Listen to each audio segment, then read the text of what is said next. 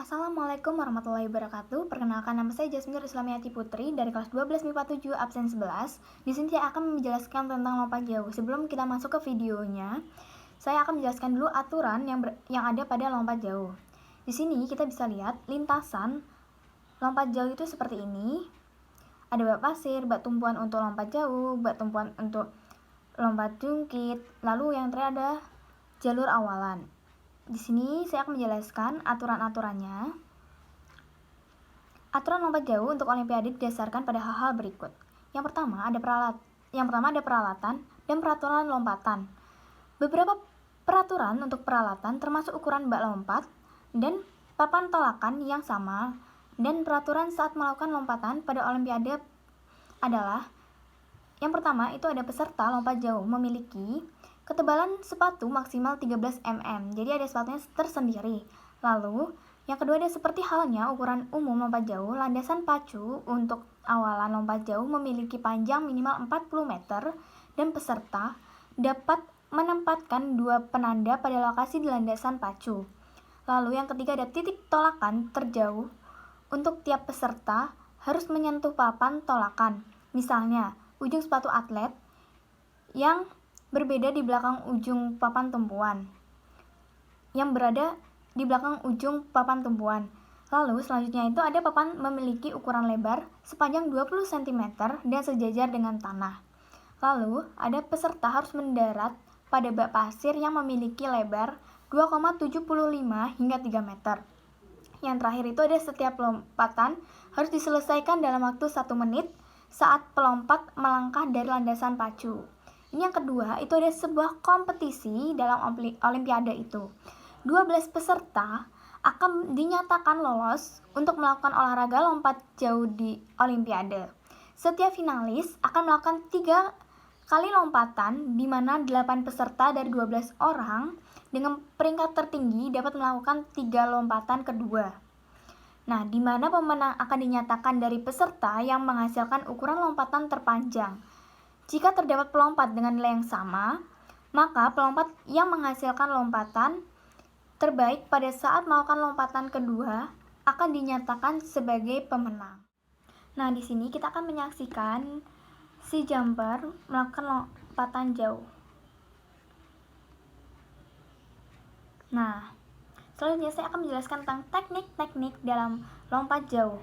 Di sini yang pertama ada teknik awalan, yaitu jumper melakukan ancang-ancang sekitar 20-30 meter dari garis lompat, kemudian mendekati garis tersebut sambil meningkatkan kecepatan lari. Namun si jumper ini harus bisa mengendalikan kecepatan lari terutama di 3-5 akhir sebelum garis lompat dan mempersiapkan untuk melakukan pengalihan dari kecepatan lari awalan. Nah, di sini pandangan menghadap ke depan dan melakukan tolakan pertama dengan kaki bagian yang terkuat. Nah, di sini kaki yang terkuat. Nah, ini selanjutnya saya akan menjelaskan tentang teknik tolakan atau loncatan. Tolakan adalah tahap di mana kaki melakukan lompatan di garis lompat untuk mengangkat tubuh ke atas dan melayang di udara sebelum nanti mendarat. Nah, ketika melakukan tolakan ini, kaki sedikit dibengkokkan seperti pada di gambar, kaki ditapakkan dan ditungkai diluruskan. Gerakan tolakan ini memerlukan kekuatan, kecepatan, dan konsentrasi agar kaki tidak melewati batas garis loncat. Nah, di sini itu pandangan mengarah depan dan konsentrasi menjelang tolakan badan harus tetap tegak seperti pada gambar. Fokuskan kaki agar menggunakan yang terkuat. Jadi diusahakan menggunakan kaki yang terkuat. Terus gunakan ujung kaki agar lompatan lebih jauh dan mempunyai daya ledak.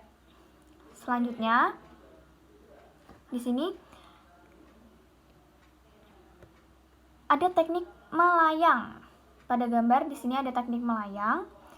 Gerakan kaki seperti berjalan ketika posisi tubuh melayang. Itu akan memudahkan atau memperluas jarak pendaratan Anda. Selain itu, ada beberapa hal yang harus diperhatikan saat teknik melayang ini, yaitu menjaga keseimbangan badan, berusaha melayang di udara selama mungkin, mempersiapkan kaki untuk melakukan pendaratan. Nah, di sini biasanya itu pandangan mengarah pendaratan. Lalu, tangan diputar atau diayunkan agar mendapatkan keseimbangan.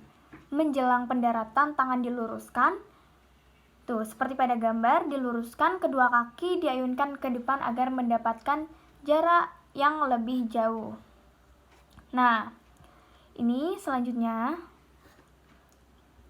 ini ada teknik pendaratan, yaitu pendaratan dilakukan dengan cara menundukkan kepala, mengayunkan lengan, dan menggerakkan pinggang ke arah depan. Hal ini dilakukan agar ketika proses pendaratan anggota badan lain tidak menyentuh pasir lebih belakang daripada kaki. Untuk mengasah 4 teknik lompat jauh di atas, ada beberapa hal yang perlu diperhatikan, yaitu yang pertama, menentukan jarak, ancang-ancang yang tepat. Selanjutnya yang kedua itu menentukan irama, lari awalan. Lalu yang ketiga itu ada mengasah dan mencoba beragam teknik tolakan, melayang, dan juga pendaratan. Nah, pandangan itu mengarah ke arah pendaratan, posisi kedua kaki siap menumpu dan kuat. Selanjutnya ada setelah kaki mendarat, segeralah menekuk kaki dan badan seperti pada gambar tersebut. Ini saya akan menjelaskan tentang diskualifikasi pada permainan lompat jauh. Yang pertama, tidak melakukan lompatan setelah dipanggil selama 3 menit lamanya oleh panitia. Selanjutnya ada melakukan tumpuan dengan menggunakan kedua kaki. Yang ketiga, melakukan pendaratan di luar bak pasir yang sudah ditentukan. Yang selanjutnya, itu menyentuh tanah pada bagian belakang garis tumpuan dengan menggunakan bagian tubuh manapun, baik saat melakukan acang-acang lompatan maupun melakukan lari di landasan pacuan tanpa melakukan tolakan. Selanjutnya, melakukan tolakan dari luar ujung balok tumpuan, baik ketika sebelum maupun sesudah perpanjangan garis tumpuan. Selanjutnya, pelompat menyentuh tanah di bagian luar area pendaratan atau bak pasir sebelum mendarat dengan benar dan sah di dalam bak pasir saat melakukan pendaratan. Selanjutnya, ada setelah melompat itu dengan baik dan sempurna, pelompat berjalan mundur atau berbalik melalui bak pasir. Lalu yang terakhir itu ada melakukan pendaratan dengan melakukan gerakan salto. Sekian yang dapat saya sampaikan. Mohon maaf bila ada salah-salah kata atau salah-salah informasi yang dapat saya sampaikan. Wassalamualaikum warahmatullahi wabarakatuh.